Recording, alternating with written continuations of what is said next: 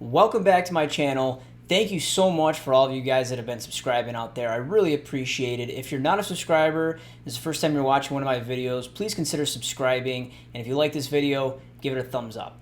In today's video, what we're going to talk about is creating background images for 8800 series phones. There's a couple documents out there that Cisco published that kind of give you dimensions and a rough idea of how to do it. But what I'm going to show you today is actually how to build them. I'm going to use a free program called GIMP. It's for Mac, it's for Windows. I'll post a link to it in the description of this video so you guys can download it. But really, that's what the video is going to be about today. And without further ado, let's jump into it. So once you get the program downloaded, we're going to open it up and go to File, New at the top. And the first thing we need to do is create our base canvas here. And what we need to do is a canvas that is exactly 800 pixels wide by 480 pixels high, and the px over here is where you pick your pixels. We're going to click OK, and it's going to make your base canvas here. Now the first thing I would probably do is pick a color for your background that you'd like to do, so you can go over and you can click on where the white is here, that's for your background, and I'm going to do a yellow. So just use a little scroll thing there, and then you can use this thing in the middle to kind of pick the tone that you're going for there, and then click OK. And then you want to go to the paint bucket here. This is the bucket fill tool, and just click inside of here and it'll fill this in all yellow. Now you can use a background image here if you want to. You have to watch out because all the line text and everything will make the background image will make that all unreadable. So what I like to do, and I kind of found the sweet spot for a picture, and we're going to draw some guidelines here, and that's going to show you where you can put an actual picture or a logo. Logos work great for this type of thing, right in the middle here. So in order to figure out where we need to go, we're going to do some guidelines. So we're going to go up to the top where it says image. We're going to go down to guides, and we're going to do new guide. First one we're going to do here is a horizontal one from the top down, and that's going to be 128 pixels from the top down.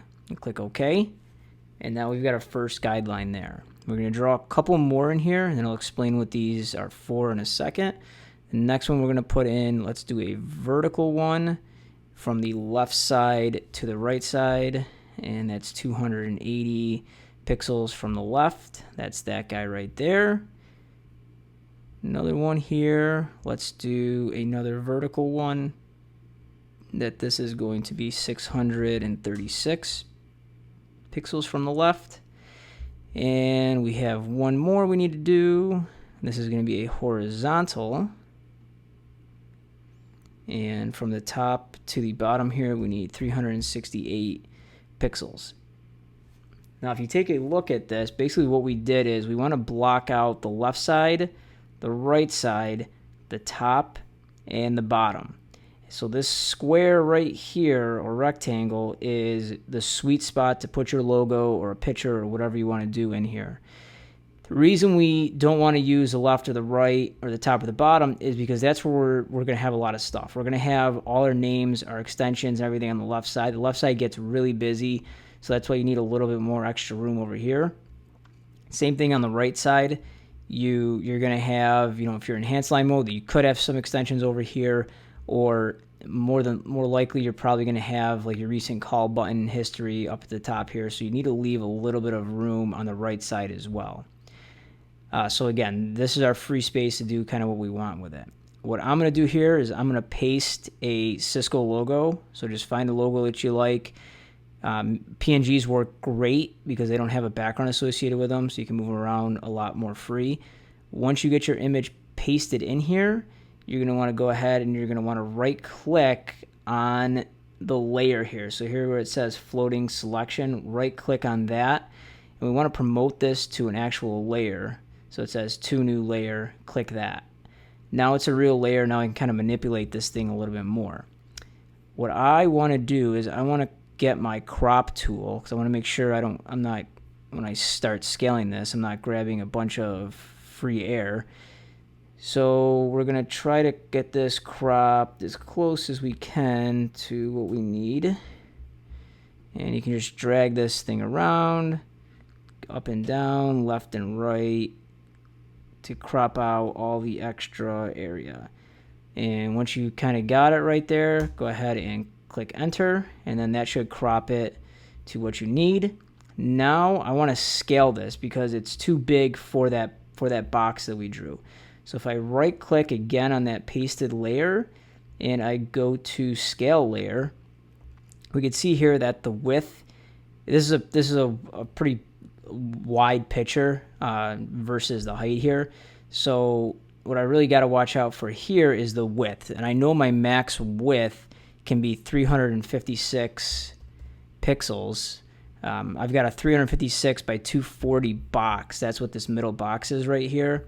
So if I make the width 356, because it's linked with the chain and because it's on pixels, it'll show you what the automatic scale ratio is for the height there, 189 pixels. And when I hit scale, it'll go ahead and it'll automatically scale it for me. Now what I can do is I can move this around and I can center it right in there, and you can see that it's perfect from a width perspective. It fits very nicely right in there. You do have a little bit extra room on the top and a little bit of extra room on the bottom, but the way that this logo is, I'm not going to want to stretch that up and down at all. So once you do that, you've got your logo in place right where you want it. Now, in order to get it out of this program, what you're going to want to do is go to File, and you're going to go ahead and click Export at the top. And you can either make this a PNG or you can make this a JPEG.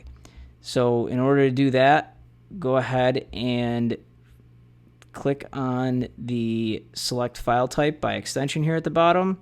By default, it made mine a PNG, but again, you can change that. Here's all the ones that it supports. If you wanted a JPEG, click JPG there, and then give this a name. We'll call it background logo. Hit export and just accept the defaults there. Hit export again, and then you've got that created. Let's go ahead and open this up to see what it looks like. So I just opened this up on my computer, and you guys can see that it's exactly what we drew, just a lot cleaner. No grid lines anymore around this thing, and I took a picture of this actually associated to the phone. So let's take a look at that picture. Okay, so here you can actually see this picture on my phone.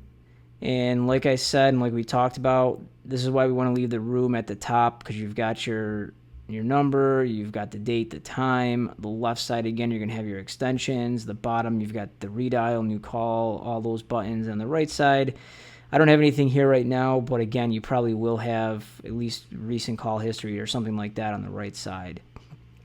So guys, that's how you create them. I'm going to make another video or two on how to actually deploy these to the phone. It's going to be a little bit different depending on if this is a MPP phone or a third-party call control phone. So if you're using this with like a cloud platform versus if you're going to use it with Communication Manager, they both have two separate processes in order to get this actually pushed down to the phones. So for this video, I'm going to end it right here. Just really want to show you how to get these things created. If you have any questions, again, just post them in the comments section below, and I'll try to get back to you on this. And if you like this video, if you like what I'm doing, please give it a thumbs up. Thanks a lot.